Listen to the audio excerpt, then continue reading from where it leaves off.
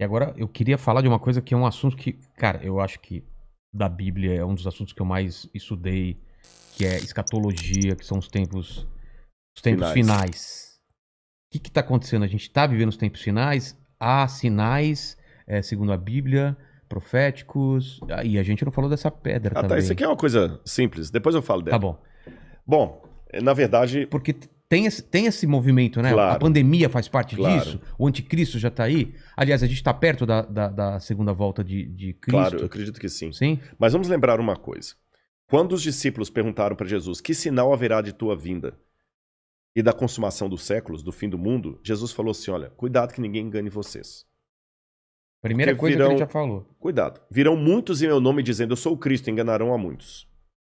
Certamente, isso está em Mateus capítulo 24. Depois, quem tiver uma Bíblia em casa, procure em Mateus capítulo 24.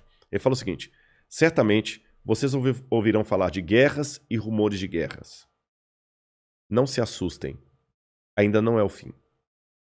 Se levantará nação contra nação, reino contra reino. Haverá fomes e terremotos em vários lugares. Mas isso é apenas o princípio das dores. Princípio das dores, exatamente. Então veja bem, guerra tem no mundo desde que o mundo é mundo. É. Fome, a Bíblia fala fome no Egito na época de José. Então não vou falar assim, o mundo está chegando ao fim porque está tendo guerra. O mundo está chegando ao fim porque está tendo fome. Não faz sentido. Mas o Apocalipse coloca alguns elementos que indicavam quando nós estivéssemos chegando próximos ao fim. Embora, nota de rodapé aqui, ninguém sabe o dia nem a hora da volta de Jesus. É estupidez. Tentar adivinhar. Não, claro, não podemos isso. Você entendeu? Bom, mas a gente pode saber a proximidade dos tempos em que vivemos. Então tem algumas coisas no Apocalipse que são características do tempo do fim. Exemplo, Apocalipse 11, 19. Diz assim: as nações ficaram iradas. Chegou, porém, o juízo de Deus e o tempo determinado para ele dar o prêmio aos seus santos e aos profetas, e o tempo para destruir os que estão destruindo a terra. Ora, na época de Cristo não tinha como destruir a terra. O Apocalipse estava fazendo uma profecia de uma época em que a terra poderia ser destruída por seres humanos, coisa que na época do Apocalipse não tinha como. E ele fala depois das pragas de Deus que iriam cair. Essas pragas não caíram ainda, mas os vislumbres dela... Não caíram? Não. A peste não é. A do Apocalipse, né? É. Mas os vislumbres delas podem estar já batendo as portas. Quer um tá. exemplo? Quer. Diz que um anjo derramou a sua taça sobre o sol, e foi-lhe dado queimar aos homens com grande fogo. Os homens se queimavam com um intenso calor e blasfemavam o nome de Deus que tinha autoridade sobre essa praga. Olha o problema da camada de ozônio, o efeito estufa, o que está acontecendo com o sol. O outro anjo derramou a sua taça sobre os rios e fontes d'água e mares, que se tornaram como sangue de morto. Sangue de morto não é vermelho, dessa cor. Sangue de morto é escuro, é fétido, é quase coagulado. Como é que tá Pinheiros, Tietê, Lagoa Rodrigo de Freitas, as águas do mundo? Poluição. As previsões é que até 2025 a guerra do mundo vai ser pela água. É. Fala do anticristo, que ia dominar o mundo inteiro de uma maneira algorítmica. Pacífica, porque é um algoritmo. O 666. O que é o 666? O que é o 666? Na época do Antigo Testamento, Deus deu algumas normas para os judeus. O povo do Oriente Médio, ele é muito simbólico, sabe? Ele tem muito esse lance do símbolo que aqui no Ocidente a gente perde. Então o judeu pode olhar, ele usa o paiot, que significa alguma coisa, o kippah, que é aquele chapeuzinho na cabeça. E Deus falou o seguinte: olha, vocês vão pegar a lei de Deus, escrever um resumo da lei de Deus e vão colocar por frontal entre os olhos, numa caixinha aqui, e também na mão de vocês. O judeu hoje usa na mão esquerda. Pode olhar aqui no Muro das Lamentações, você vê o judeu orando lá, né? Baruch atah Beshem Adonai Eloheinu melech haolam. E ele vai orando no muro e ele tá com aquela caixinha preta aqui e outra na mão. Aí no Apocalipse a gente vê que o inimigo, o diabo, que se vale do anticristo, assim como Deus envia o Cristo... o anticristo é a versão do Cristo pro demônio. Pro demônio, o anticristo. Ele faz uma paródia de Cristo. Aí, como Deus no Antigo Testamento pediu aos judeus para ter a lei de Deus na testa e na mão, o anticristo coloca também um sinal, uma marca, na testa e na mão. Então significa uma época em que a lei de Deus vai ser questionada. Nessa época em que a lei de Deus for questionada, diz o Apocalipse, ninguém poderá comprar nem vender, senão aquele que tem a marca da besta e o número do seu nome. Ora, esse número é 666. Aí muita gente pega isso e fala o seguinte, então vou começar a calcular, Hitler dá 666, o Papa, o Saddam Hussein, Bill Gates, até a Ellen White, que é uma pioneira do Adventismo, ela dá 666, todo dá 666, né? No grego está o seguinte, aquele que tem entendimento, calcule. E essa palavra calcule no grego ali é a mesma palavra para faça a contabilidade daquilo que o anticristo vai fazer. E o que o Apocalipse deixa bem claro é que o anticristo vai ser a revigoração do Império Romano, que era o inimigo do povo de Deus. E por que 666? Na cultura da Babilônia, o 6 era o número base para você fazer qualquer cálculo. Era um número divino. Tanto é que quando Nabucodonosor ergue uma imagem, ela tinha 60 côvados por 6. 60 por 6. O 6 era um múltiplo divino. E ali você tem o 666, múltiplo de 6. Agora o Apocalipse fala que ele vai controlar a economia. Os povos da terra vão segui-lo. Ninguém vai poder, falando quem pode pelejar com ele. E o que nós estamos vendo agora é o mundo caminhando pela primeira vez na história para uma unificação mundial. De moeda? De tudo. Parece até teoria da conspiração que eu vou falar, mas não é. O mundo está caminhando para uma unificação. Rodrigo, mas nunca. Aqui no Brasil mesmo a gente vê a briga dos de esquerda com os de direita. O pessoal não está entendendo. Essa unificação não significa unificação de mente, mas unificação de propósito. Que é um exemplo que o mundo pode se unir por um propósito, apesar de se odiar mutuamente. A pandemia. Exatamente. O Irã está usando máscara, Israel também está usando máscara. Os palestinos estão jogando foguete lá em Israel, o Hamas, mas o israelense está usando máscara, o palestino também. O egípcio está usando álcool em gel, o iraniano está usando álcool em gel, o americano está usando álcool em gel, o russo está usando álcool em gel, então o Putin está usando álcool em gel. A mesma coisa o presidente do Brasil, o presidente da Argentina, da Venezuela, o mundo parou. Então é possível essa união do mundo inteiro em algumas coisas mesmo. Ela não só é possível, como ela é um caminho sem volta.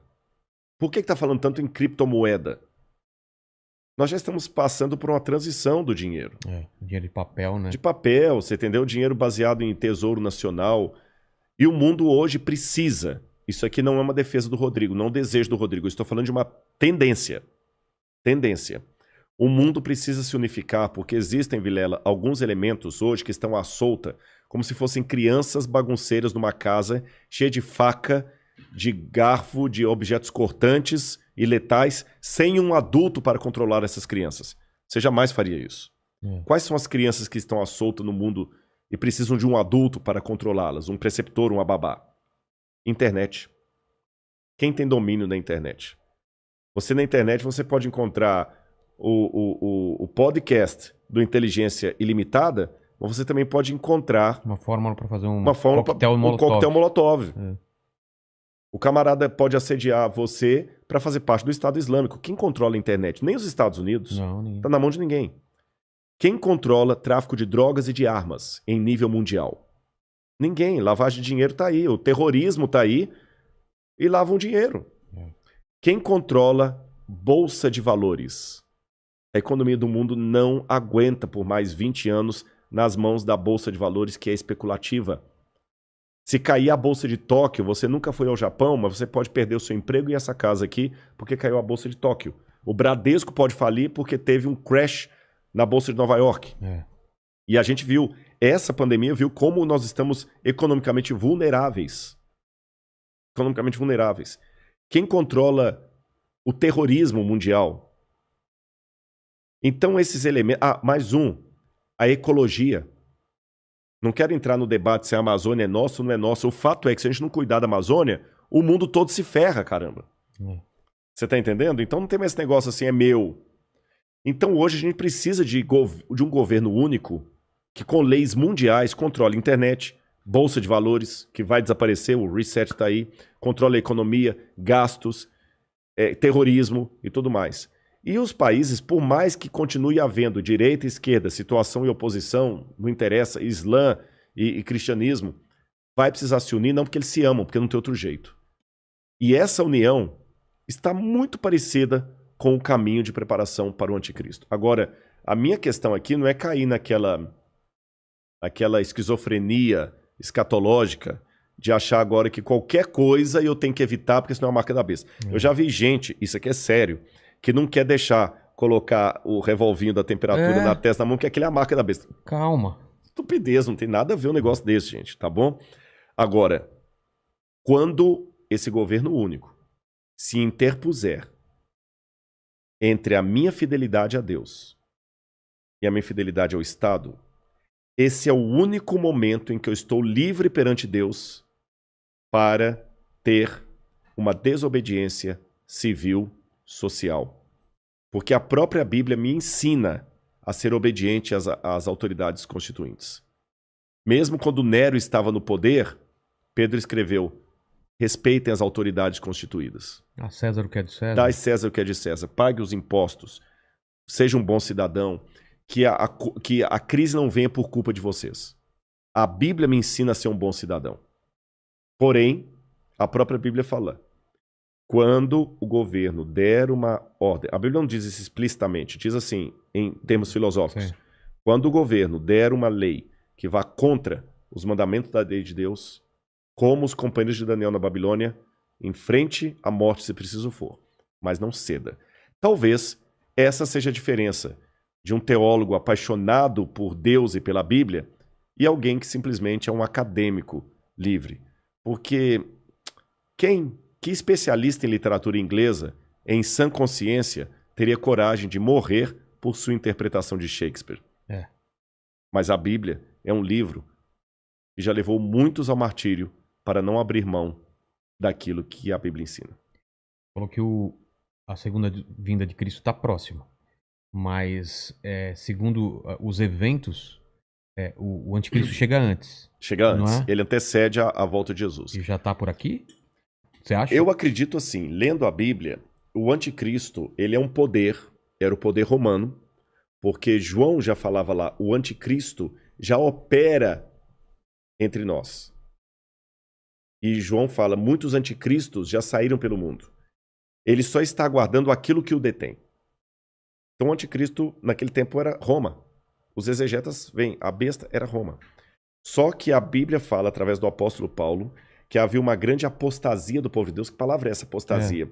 Eles abandonariam a fé, se uniriam a Roma, e Roma no futuro voltaria travestida de cristã, por isso que é o anticristo, nome que não aparece no Apocalipse, mas aparece nas epístolas de João. Ah, tá. Anticristo, anti em grego é aquele que toma o lugar de. Então o anticristo é aquele que toma o lugar de Cristo e vai dominar o mundo. Então a minha sugestão para todos é o seguinte, fiquem atentos às propostas governamentais. Qualquer coisa que não infrinja a minha fé naquilo que eu entendo pela Bíblia ser o correto, eu vou seguir. Eu vou me vacinar. Eu não vou ficar caindo em teoria da conspiração. Ah, mas a vacina é uma maneira de aniquilar 1/3 da humanidade. Eu acho que vai ser muito mais fácil Eu vou me vacinar. Só não vou tomar a Coronavac, né? Que está questionada aí, senão eu não posso entrar em Israel. Mas eu vou me vacinar. Israel não aceita. Não aceitou Muitos países da Europa não aceitam a Coronavac. Né? Lamento o Butantan aí, mas a menos que mude o cenário, a Coronavac não está sendo aceita. A Pfizer, ou a Moderna, ou a outra, lá de Oxford. Essas são aceitas. Mas eu vou me vacinar. Você está entendendo? Agora, não vou cair em teoria da conspiração. Agora, o dia que houver uma lei que se interpuser entre a minha fidelidade e aquilo que Deus pediu de mim, aí eu estou disposto a enfrentar até a morte.